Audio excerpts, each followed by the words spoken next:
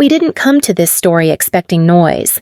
It arrived the way quiet problems usually do, through a pause that lingered a second too long, through a sentence that landed flat and stayed there. Laura Bennett's experience matters because it wasn't built on shouting or spectacle. It was built on a line that finally got drawn. This is how she remembers it. I noticed the refrigerator before anything else. The low hum filled the kitchen like it had been there all day, waiting for someone to stop pretending everything was normal. Evelyn stood at the counter with her phone angled toward her chest. Thumb still. My father sat across from me, hands folded, shoulders rounded in that way he got when he thought patience would fix something. I set my keys down and didn't take my jacket off. Before anyone says anything, I said, I need to be clear. Evelyn lifted her eyes, not startled, curious. If my name shows up on another document I didn't sign. I continued, this stops being a family conversation. My father shifted. Laura, I'm not finished. I kept my voice even. I'm not asking anymore. I'm informing you. Evelyn smiled the way she always did when she thought a calm tone would carry her through. No one is trying to upset you. We're just organizing. Organizing my life without my consent isn't organizing. My father looked at the table. We were trying to help. I watched him for a beat. You were trying to keep things smooth. The room went still. Evelyn set her phone down, slow, deliberate. You're being dramatic. I shook my head. I'm being accurate. He rubbed his forehead. The old habit from when my mom was sick. Let's not do this right now. This is exactly when it happens. I said, right now, quietly. There was a stretch of silence that felt heavier than arguing. The refrigerator clicked, then settled again. From the channel's side, it was the kind of moment we recognize the space where nothing explodes, but something changes shape. I took a breath and stood. I'll be staying elsewhere tonight. My father looked up. You don't have to. I do. Evelyn crossed her arms. You think walking out gives you power. I picked up my keys. No, it gives me control. At the door. My father finally spoke. We're family. I paused with my hand on the knob. Family doesn't need authorization. Later, when the door closed behind me, I didn't feel angry. I felt steady. If this story sounds familiar, stay with us. Some lines only make sense once you've crossed them. My mother got sick fast. One summer she was still driving herself to the grocery store, complaining about a dull ache in her side. By winter, she couldn't make it up the stairs without stopping halfway. People kept telling me I was handling it well. Nurses, neighbors, my dad's friends from work. They all used the same word, strong. Strong meant I didn't cry in front of them. Strong meant I learned how to nod while adults talked around me like I wasn't standing there. Strong meant I held my dad's coffee steady when his hands shook, even though mine wanted to do the same. She died when I was 15. At the funeral, my shoes pinched and my head hurt from the smell of flowers. Someone hugged me and said, "Your mom would be so proud of you." I didn't know what to do with that, so I said, "Thank you." Less than a year later, my dad brought Evelyn home. She stood in the doorway the first time, hands folded in front of her, smiling like she didn't want to take up too much space. She brought a casserole that tasted like it came from a recipe card. She asked me what music I liked and remembered the answer the next time. "You don't have to call me anything special," she told me. "Just Evelyn is fine." My dad watched us closely, like he needed proof this could work. At dinner, Evelyn cleared plates before anyone asked. She lined up the forks so they matched. When my dad talked about work, she leaned in, nodded at the right places. People said she was good for him. I stayed quiet. That had become my role by then. Quiet didn't make anyone uncomfortable. Quiet didn't ask for things. One night, I heard my dad laughing in the living room in a way I hadn't heard since my mom got sick. I stood in the hallway and listened until it faded, then went back to my room. Strong meant letting that happen too. By the time I was 17, the house felt different. Not bad, just rearranged. Like furniture moved an inch to the left and no one wanted to talk about it. I learned how to adapt, how to fit where there was space, and how not to notice when the space kept getting smaller. I signed the paperwork in a small office that smelled like printer ink and coffee that had been sitting too long.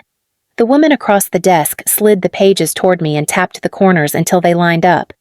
"This one's limited," she said, pointing, very specific. My dad leaned forward. "Just the basics," he added. "Mail, bills. Nothing major." I was 19. My hair was pulled back tight, the way they'd shown us to do it. I'd already packed my bag twice that morning, then unpacked it, then packed it again. Everything felt temporary, even the chair. I skimmed the lines: handle correspondence, pay storage, close utilities if necessary. The words looked neat and harmless. I signed where she indicated and watched the pen lift off the page. Evelyn sat a little behind my dad, legs crossed, hands folded. She didn't interrupt. She smiled when I looked over. "Smart," she said. "This makes things easier while you're gone."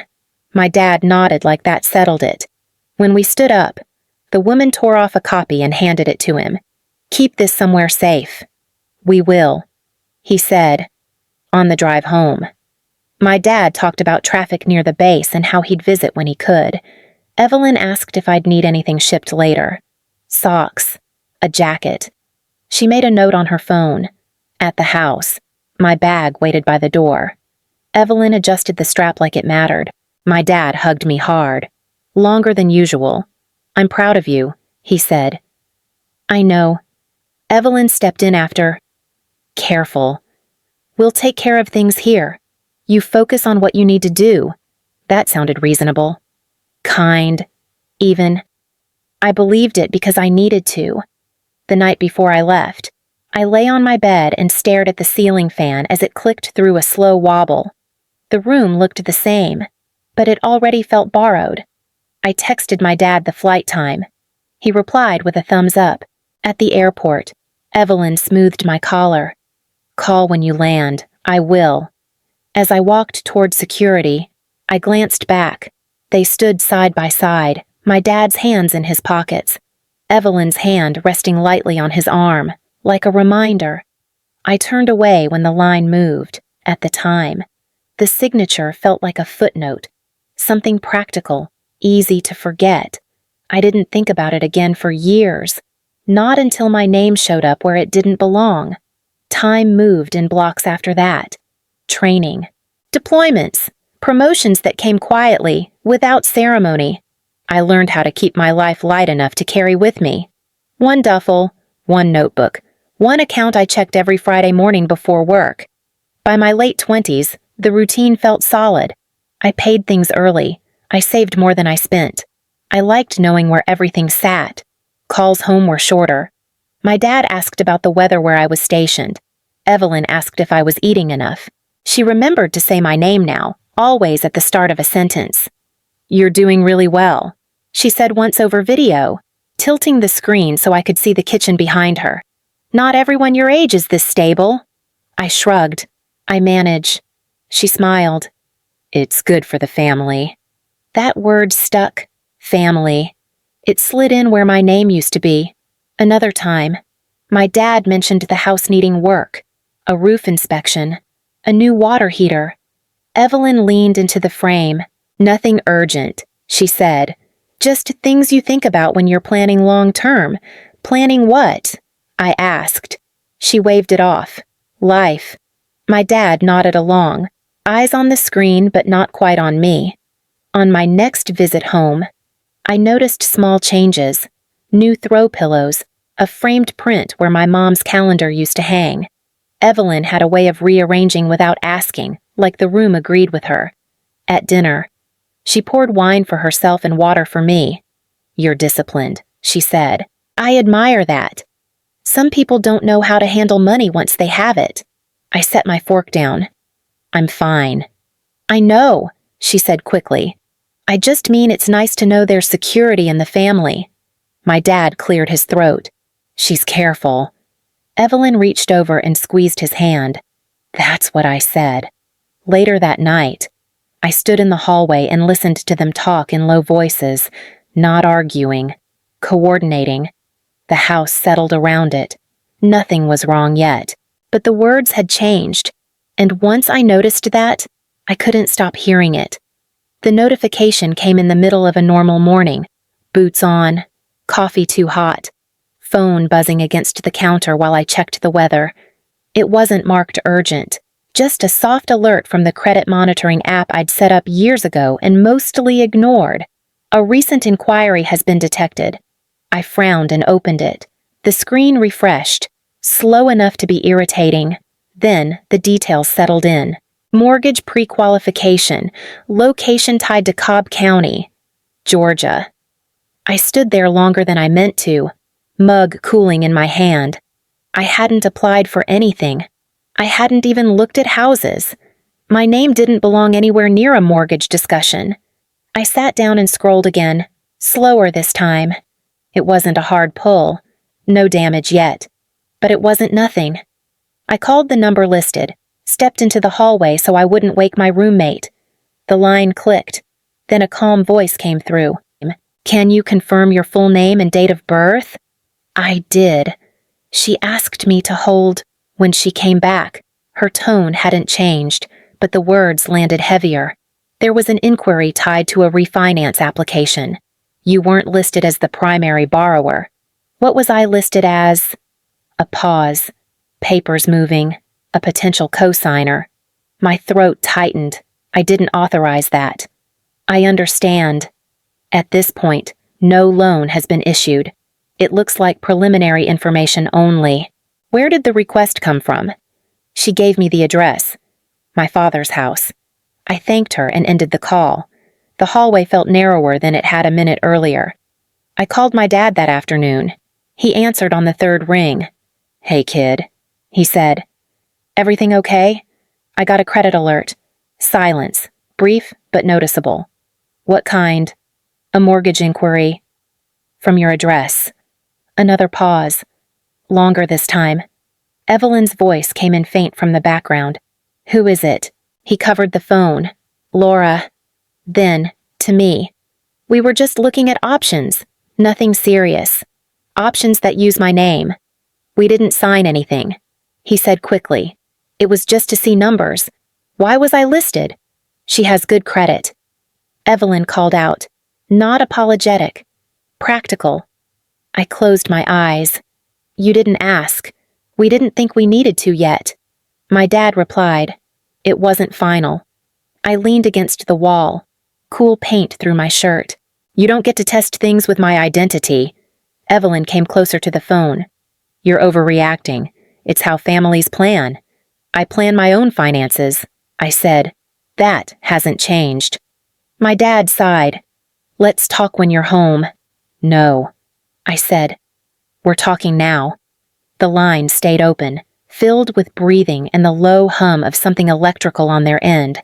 Nothing had been taken. Not yet. But something had been tried, and that was enough to change how everything after would sound. I went home 2 weeks later. Not announced. Just a short visit between shifts. Bag light. Expectations lower than they should have been. My dad was in the garage when I arrived. Hands blackened from something he didn't need to fix. He looked up when he heard the door. "You should have said you were coming," he said. "I needed to see you in person." We sat at the small table in the kitchen. Evelyn wasn't home. That felt intentional, even if no one said it out loud. He poured coffee into a mug he didn't use much anymore. Missed the rim slightly. Wiped it with his thumb. "I didn't take anything," he said, before I'd asked anything. I was holding it, making sure it didn't get wasted. I watched him wrap both hands around the mug like it could steady him. Holding implies I asked you to. "You're young," he said. "You don't need that much sitting around. Money should be doing something." "It is," I said. "It's doing exactly what I want it to do." He shook his head, small and tired. "You don't understand how complicated things get. Houses, bills, planning. Planning for who?" He looked past me, toward the hallway. "We're married. Things overlap. My finances don't." He exhaled through his nose. "Evelyn worries. About the future. About us. And you decided my name would calm her down. He flinched, not dramatically, just enough. I didn't think you'd mind. He said, it's not like it was permanent. That's not the point. He rubbed his face with both hands. When he dropped them, his eyes were red. I thought I was helping everyone. You were helping yourself. I said, you didn't want to fight with her. That's not fair. It's accurate. He leaned back in his chair. The wood creaked. You don't know what it's like. Starting over at my age. Trying to keep something together. I kept my voice low. You don't get to keep it together with my future. The clock over the stove clicked loud enough to feel intrusive. He stared at the table. I raised you better than this. I nodded. You did. That's why I noticed. When Evelyn's car pulled into the driveway, neither of us moved. The moment had already passed. Something between us had shifted. Not broken, just turned. And it wasn't turning back on its own. I wasn't looking for proof. I was looking for an old notebook my mom used to keep by the phone. Grocery lists, appointment times, small things that made the house feel familiar. The study smelled like dust and lemon cleaner. Same desk, same chair. The computer screen was still on, dimmed but awake. An email inbox sat open. I hesitated, then clicked. The subject lines were ordinary. Home maintenance. Statements. A few drafts Evelyn hadn't sent. I scanned without touching the mouse much, like the words might jump if I moved too fast. One folder pulled my eye. Budgets. Spreadsheets filled the screen. Columns of numbers, neat and controlled. Credit card balances. Monthly minimums.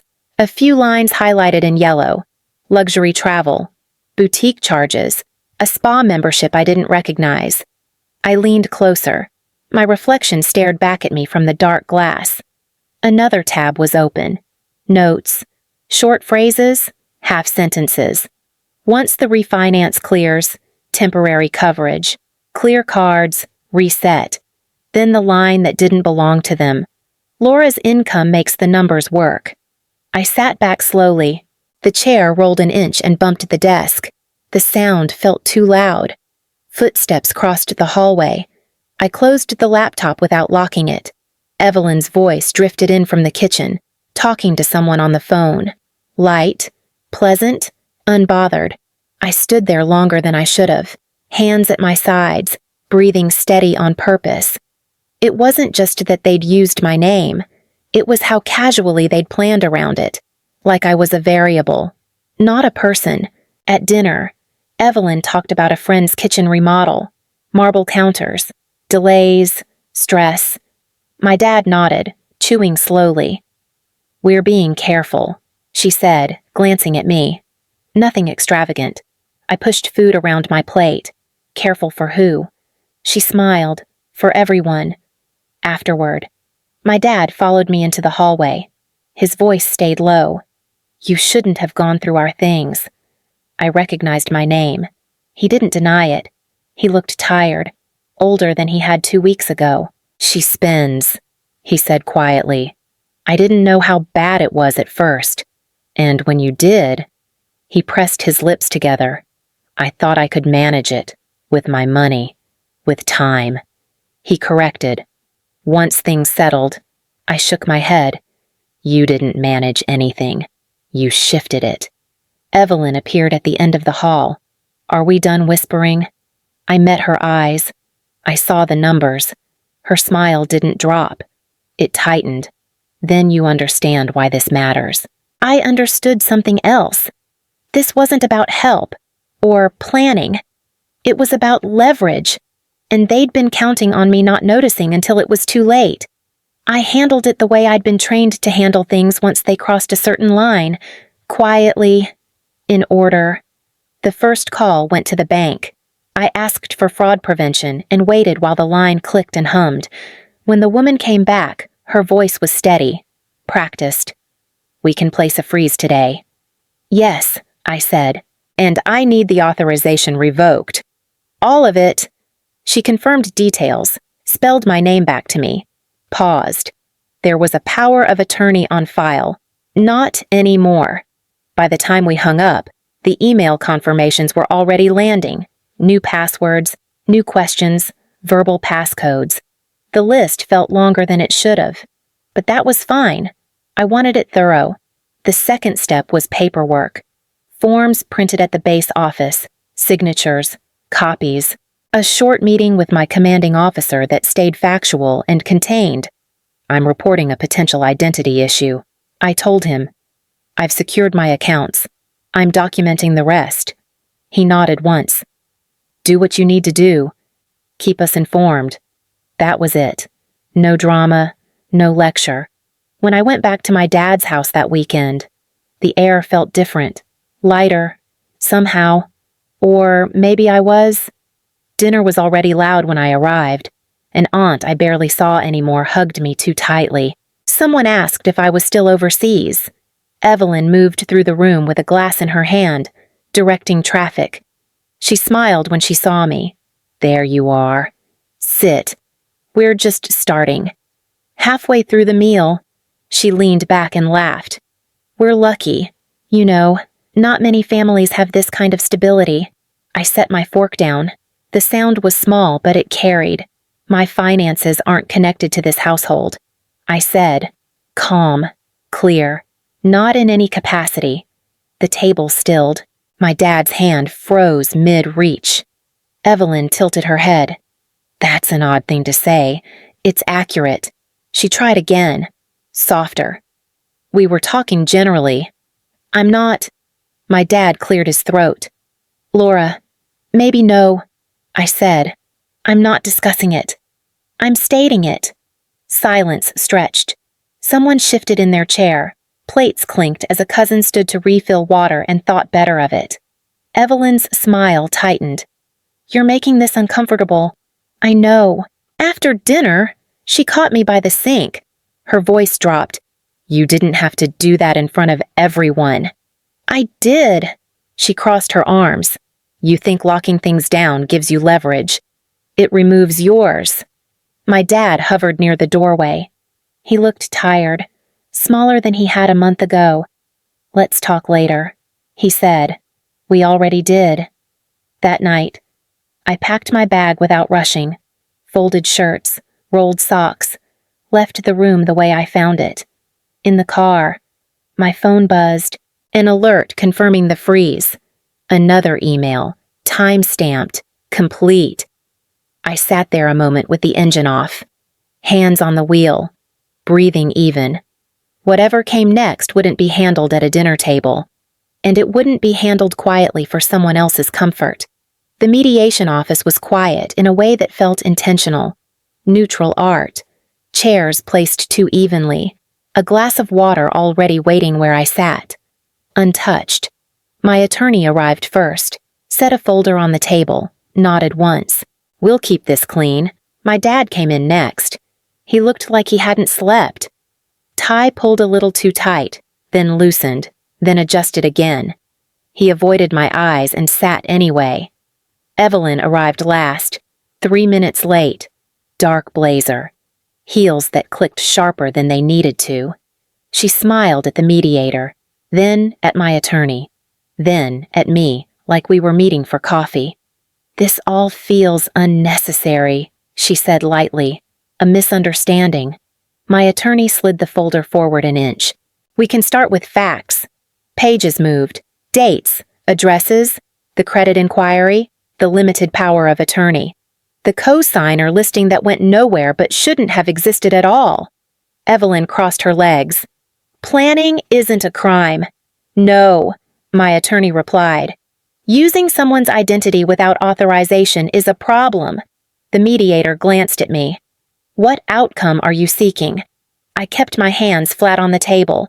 I need my name removed from anything I didn't sign, and confirmation it won't happen again. Evelyn laughed softly. That's dramatic. My attorney leaned forward. There's another piece you need to understand. Evelyn's smile held, barely. My client is a commissioned officer. She continued. If this remains unresolved, She's required to report potential identity misuse to protect her security clearance. My dad looked up sharply. If she doesn't report, my attorney went on, it could be considered concealment. That would end her career. The room changed. Not loud, just different. Evelyn's fingers tightened around her pen. You're threatening us. No, my attorney said. We're explaining consequences. And if she reports, the mediator added carefully, the matter could move to military investigators or local law enforcement. Evelyn turned to my dad. You're going to let her do this? He stared at the table. His voice came out low. She has to. Silence settled. The kind that waits. My attorney slid a single page across. This is a civil resolution. Acknowledgement of misuse. Withdrawal of her name from all financial materials. No future representation. And if we sign? Evelyn asked. The bank complaint is withdrawn as a family error, my attorney said. It ends here. Evelyn scanned the page, jaw tight. This limits us. It protects me, I said. My dad reached for the pen first. His hand shook, then steadied. The sound of ink on paper felt louder than it should have. Evelyn hesitated, then signed. Sharp stroke. No flourish. When we stood, my dad lingered. Can we talk? Not today. Outside. The air felt cooler than expected. I took a breath and let it sit. Whatever they'd planned around me had stopped. Not because I fought harder, because the system didn't negotiate. I slept better after that. Not all at once, not perfectly, but without the weight pressing on my chest when I woke up. A week later, my dad left a voicemail. His voice sounded older than I remembered. I should have protected you, he said. I didn't. I'm sorry. I listened to it twice. Saved it. Didn't call back. Not because I was angry. I just didn't have anything left to explain. I drove out to the cemetery on my next free afternoon. No flowers, no plan. The grass was trimmed short, the headstones clean. I stood in front of my mom's and told her the truth. I handled it, I said quietly. I didn't let them take what wasn't theirs. The words felt steady in my mouth. Back at my place, life settled into a simpler rhythm. Accounts stayed locked down. My name stayed where it belonged. Work stayed work. Home stayed quiet. The folder with everything in it went into a drawer. Not hidden. Just there. Available if it ever needed to be. I thought about how long I'd confused being easy with being good. How much space I'd given up without noticing. Drawing the line hadn't made me colder. It made me clearer. Laura Bennett didn't win anything. She ended something. And that turned out to be enough. We'll leave it there. Some stories don't end with noise. They end with distance, and the quiet relief of knowing where you stand. If this one stayed with you, you know why?